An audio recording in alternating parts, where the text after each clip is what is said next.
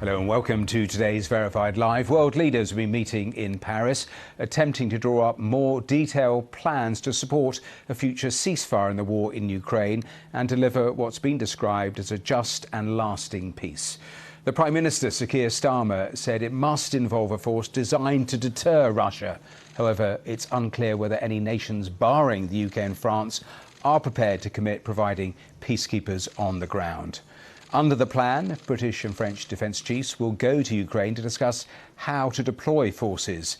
President Macron pressed on what would happen if America decided not to contribute to the so-called coalition of the willing, said Europe would hope for the best and prepare for the worst.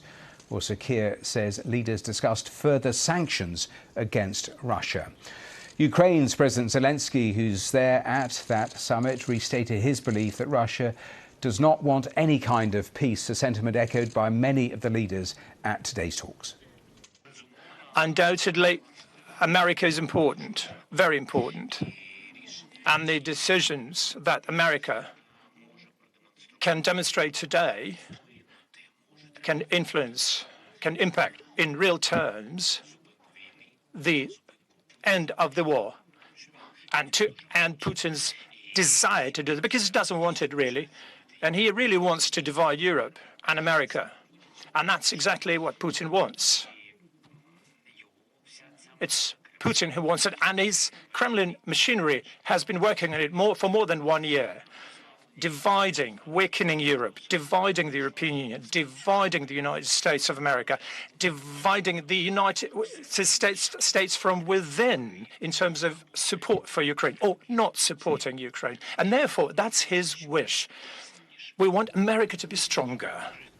Well, that was President Zelensky in the last hour. Earlier, we heard from the Prime Minister Keir Starmer, who said progress towards peace needed to be speeded up. Russia is playing games, that Putin is back to his old playbook, and therefore the pressure needs to go on to Russia to get more seriously to the negotiating table and to have a framework or a deadline, if you like, for responding to what the Ukrainians have already put on the table and what the US is seeking to achieve in their initiative. So I think there's got to be a framework around that. Obviously, we'll discuss that with allies and with the US, but also, and this was a very strong resolve across the room, that now is not the time for pulling back or weakening on sanctions. On the contrary, now is the time for increasing sanctions on Russia to get them to the table, to these negotiations, to the hope of a ceasefire and a lasting and secure ceasefire that preserves the security and sovereignty of Ukraine. Well, that was Keir Starmer talking after the French President Emmanuel Macron. He spoke at length and he talked about the British and French delegation that is going to be sent to Ukraine to work on boosting the Ukrainian army once there is a ceasefire. He went on to say our target is clear, it's to achieve peace, and to do this we need to get Ukraine in the best possible place. Let's hear a little more. Everyone around the table agreed that, number one, European members were much more united than before. They were more courageous, they were more determined, and more committed to defending the safety of Europeans on the continent. Based on this, we decided to strengthen, to boost our response as a way to better protect our continent, both taking into account everything that has been done, both in member states and at the EU level. In other words, we need to boost, to bolster our forces and our capabilities. In the defence industry, we also need to better prepare for the peace on the continent. We need to strengthen the cooperation between our defence industries and our armies in order to better work together. Well, let's go live to Kyiv. James Landale is there for us. James, it was fascinating listening to all of those leaders through the course of the afternoon. This idea of sending a British and French delegation to go to Ukraine to work on boosting the Ukrainian army. They're calling it a reassurance force now, not a peacekeeping force. And it's interesting, they will need to liaise really closely in terms of what the Ukrainians themselves require from the Europeans. What sort of support? Yeah, look, the whole idea from the get-go has always been not trying to reinforce Ukrainian armed forces. Look, if you think about it, you've got almost 1 million Ukrainians under arms at the moment. You've got an even bigger Russian army on the other side. 10, 20,000 European troops on the ground is not going to change that ratio in any way whatsoever. In other words, this force was never going to be some sort of active fighting force. It was there to do things that the Ukrainians needed help with. In other words, securing major infrastructure sites, certain key cities, perhaps having a border role on the border of Belarus, freeing up other Ukrainian forces to go to the front line, training, that kind of thing. So that's what the troops on the ground is going to be focused on. And it could well be well in the west of the country, away from the front line. The key thing about all of this force is going to be what happens in the air, what happens in the sea. Because the Ukrainians need an air force. They don't have an effective one at the moment. And so that's something the Europeans can provide. They can base them in Romania and Poland and places like that, flying regular sorties over Ukraine to establish a safe presence and a policing mechanism to again try and deter Russian attacks. Because the moment you can get some kind of control on the air, you can get rid of the drones and the missiles that fly over Kyiv and other cities so regularly, and then you can bring some normality. Perhaps you could bring some airlines, passenger aircraft back to Ukraine, and suddenly the picture looks very different. Then you've got to look at the sea.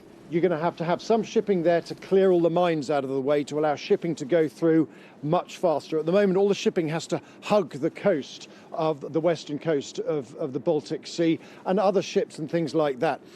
Who's going to do that? When are they going to do that? That's what they're looking at the moment. The question, of course, is it seems to be taking quite a lot of time. President Zelensky today said very explicitly and publicly, there are many questions and not many answers. So I think they're still trying to find it hard to actually get the actual package together in a meaningful way. So I think we're going to continue to have a lot more conversations like they've had today in Paris. And James, President Zelensky was asked a question by one of the reporters in the news conference that to get this force off the ground, we still have to have a US backstop, and there is absolutely no guarantee as we're talking now that that is coming. That is a fundamental problem here with all of these steps that we assume will go into place once the ceasefire is in place. Yeah, absolutely right, Matthew. It's a catch-22 because on the one hand, some of the Europeans are saying, well, there's no point doing it if we don't have American support.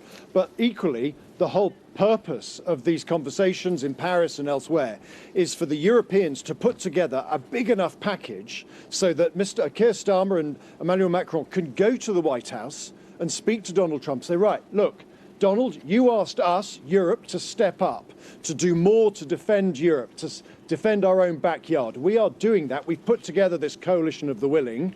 Are you willing, Donald Trump, to put the cherry on top of this military cake? Give us a little bit of air cover, a little bit of satellite cover, a little bit of intelligence cover that will be the backstop that will make this a really powerful deterrent reassurance force.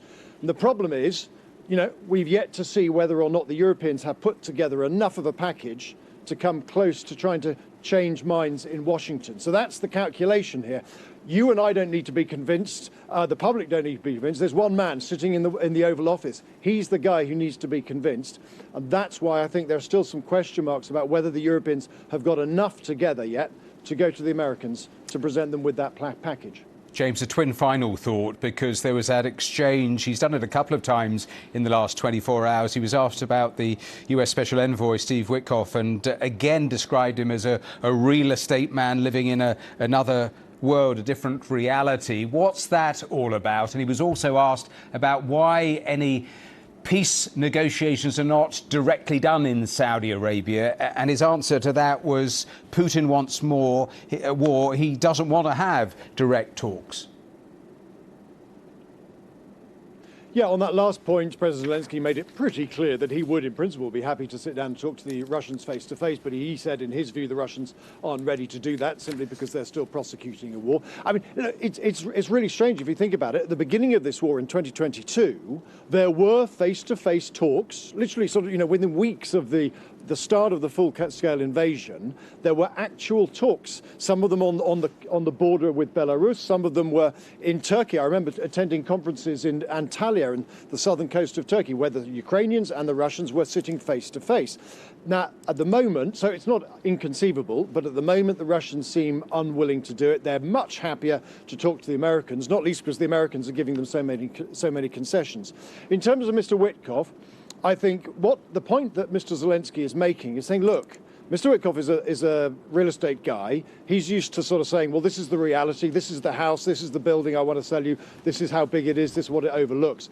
Whereas he says he doesn't think that Mr. Witkoff is quite aware that in Ukraine right now, when you buy and sell a house, the first thing that people ask is, where's the bomb shelter?